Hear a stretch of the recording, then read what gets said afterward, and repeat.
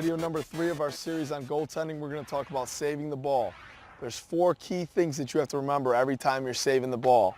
Our first thing is going to be a 45-degree step at the ball, not towards the shooter, at the ball. Remember, you're not trying to stop the shooter from going into the cage. You're trying to stop the ball from going into the cage. So our first thing we're going to do is a 45-degree step. Punch the hand out with the step. That's number 2. Number 3 is to bring the back foot. And number 4 is to see the ball all the way into the head of the cross. There's 4 areas that shots are taken on cage: high, hips, low, and bouncers. First set of saves are going to be our high shots, stick side and off stick. As we're in the cage and we're setting up for a shooter, we step, punch our hand out, 45-degree angle, and bring the back foot with us. Stick side high each time, stepping at a 45-degree angle, seeing the ball into the stick with my head. As you can see, my bottom hand is popping out, my top hand is punching outward, which gives us this angle on the stick for rebound control.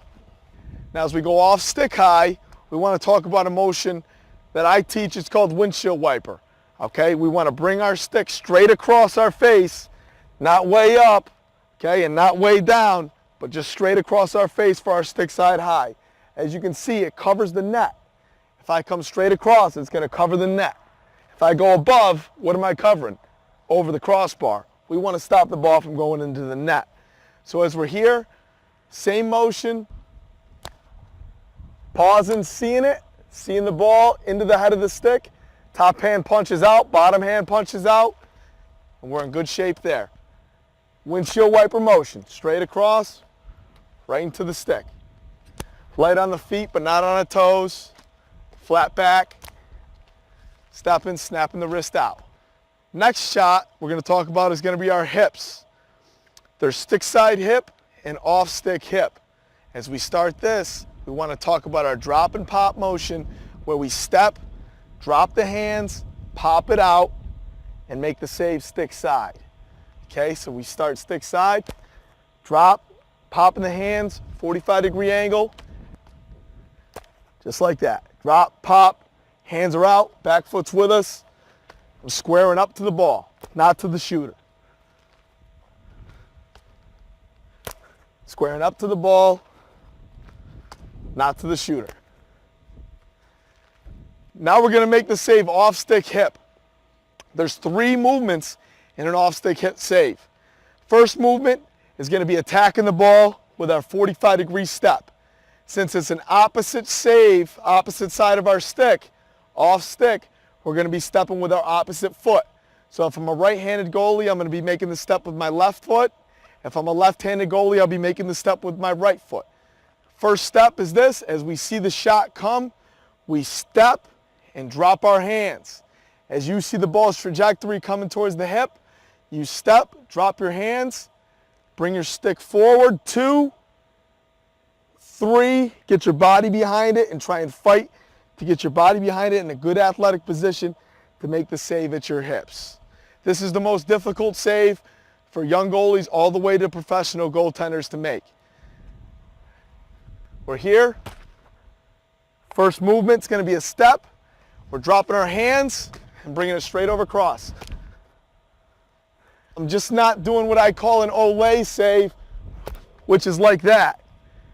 Okay, that's a one and done save. That means that I either save the ball or it goes in the cage.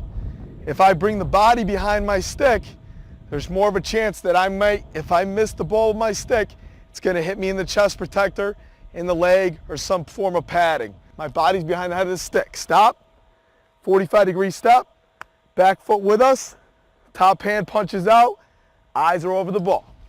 Next step of shots is going to be a low shot.